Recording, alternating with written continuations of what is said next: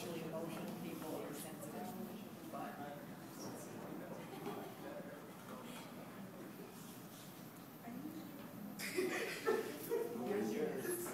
Well, obviously, thank you all. Everyone stayed. Of course they did. Leave? Devout. You don't leave. Did you want to say twice? I mean, that's. Yeah, thank you for seeing it twice. You've already seen it. Second time. I liked it better the second time. Really? And I liked it, but this is my third time. So I think I would really want to see it. I would see it again. And First time it was like, I think I know what 3 or I'm doing 4. tonight. Oh, that's okay. Are you kidding? You watched it like 4 times? Because I wrote the first time, I wrote down like when. there's so many issues. No, Yeah, yeah. you go back. Questions, comments, concerns? I guess we'll hear from Good. You the have faculty, the floor, but Julie. Oh, good to sign the floor. well, we have questions. Oh, Okay, we yes. can do questions first. No, unless you yeah, wanna let's do talk questions first I because just couldn't read it from here. Why was he demoted? Who? it didn't say. And I He just said think, he was. It They didn't say said why. it was standard practice. right, it was standard. It wasn't by anything he did. It Oh. was, right. Yeah, post-school or shrinkage Yeah. of the officer corps. So, yeah, it makes it seem It like made it it was a But vindictive. he did Right. it wrong, yeah. I, But no, that wasn't the I case. think there was some element of that, but Yeah. Yeah, I hadn't heard that. So are there any other immediate questions or just to give a little bit of a background to one of the directors, that her name was Yoko, what's her name? Sorry. Like, what did I say? Was it? Narahashi, right, Yoko Narahashi, and she has a very interesting pedigree. Her grandfather was Sekiya Teizaburo, the guy who was instrumental. He sang the lovely Tanka poem, and so this is part of, I think, a personal journey in some ways for her. And her uncle's actually still alive. He's 103. Oof. She never met her grandfather, but she talked a lot with his brother, about this whole thing.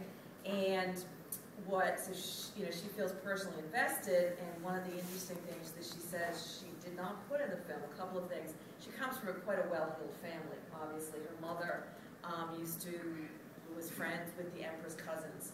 So her mother hung out at the Imperial Palace a lot, and what have you. And so she grew up in that world. And she said that some of the anecdotal information she had from her grandfather through the mother were 2 things. One was the meeting at the end with Hirohito, and she says that her grandfather, Sekiya, said that MacArthur was particularly moved because he was Christian by the emperor saying he would sacrifice himself for his people, and it was reported by the grandfather that MacArthur shed a tear at that moment, but she didn't want to put that in the film because she thought it was anecdotal for one thing. And the second thing that she thought was quite interesting and did not put in the film was that her mother, when the war was getting, like early 45, when things were certainly getting a lot worse, her mother was moved from Tokyo. The grandfather Sekiya said, "I want you out of Tokyo." So they moved to the countryside. And in April, she said they received a note from her grandfather saying that the emperor wants to surrender, so we can come home now. So she said, again, it was anecdotal, but she uses that as her understanding that the emperor was well willing to give up, to surrender long before, all of that happened. So I just think that's interesting little tidbits. It was also the first time the Imperial Palace was ever used in a film. They were given special permission. So I think, as you were saying, it's a joint production. I think that says a lot about wanting to make this film. that famous Yeah. photograph, sorry, there No, were no, no. actually 3 of them taken. Yeah. They used the 3rd one. One of them, MacArthur was looking too disheveled or something. The second one, the emperor was looking away, and the 3rd one. Just right. That was just right. I mean, how can MacArthur, he's always looked disheveled.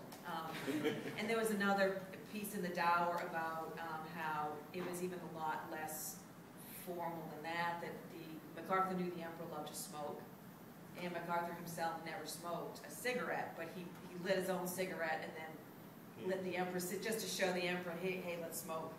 Let's kind of get casual or whatever, so, but nobody really knows exactly what occurred in every moment of that meeting, I guess, but. Apparently MacArthur's close aide was hiding behind the curtain and listening to everything. At least that's what he wrote in his So he did write that he account, and nobody disagreed with it. Well, right, how exactly, what Yeah. we do. The interesting thing, Konoe, who died of poison, whom we went to his house to interview, actually famously tried to get the emperor to come to peace terms with the U.S. in February of '45. It's the Konoe Memorial. So actually, he's the man most responsible for Japan's war with China, but he was against war with the U.S. and tried to end it because he argued that if the war dragged on, conditions would get so bad there would be a social revolution in Japan. Japan would turn red, and the communists would get rid of the emperor. So it all comes back to the emperor. Right, and about Fellers too, that he's, I guess the strange part of this is a lot of people, I think, rightly so, criticize the love story stuff because, I'm with you on that one. It was just so maudlin I don't think anybody can hear that. whatever. And what's really interesting is that they didn't have to do that to get his point across, or sort of Feller's pedigree, because he did really study the United States. He wrote that paper about the psychology of the Japanese, and his cousin Gwen married one of the imperial. What was his position in the imperial house? His name was Terasaki. Yes. And his cousin married a Japanese insider in the imperial house. So it's not like they had to go far. Who married Terasaki? Fellow's cousin Gwen. And her Gwen Terasaki was what her name is. And that's his first cousin. Terasaki was the official. He was in the U.S. embassy. The Right, Japanese embassy in the U.S. Yes. He is the man who tried to get a letter from Hirohito to Roosevelt to meet, and the military blocked the letter. But it's doubtful, even had it been delivered, that anything would have happened. And Terasaki, to make this story even more interesting, was married to a blonde woman from Tennessee. Oh, but that must be her. Gwen. That's right. That's Fellow's cousin. That's what you're talking about. Yeah. She has a memoir of her life in Japan during the war. Oh, does she? And it's remarkable. She said they were so kind to her, nothing like the rounding up of Americans you see here. Yeah. And she said they were so kind to her to the point where they gave her bread rations instead of rice rations because she was American. And interesting. I didn't realize she wrote the book. yeah, it's called Bridge to the Sun. It was made into a horrible B-grade movie. Oh, okay. Yeah, that sounds familiar now. Nominate that for next year. Movie night. Oh, right. It's a sleeper. And the thing is, too, that about Fellers, he did actually have a correspondence with a Japanese woman. So, in real life, and no one's really sure, it wasn't romantic, they don't believe, but it was a way that he got some information. So, I just think it was unfortunate that the film had to go there with this strange... Unnecessary. And it's just got a little, anyway, so that's certainly an obvious critique of the film. Also, for dramatic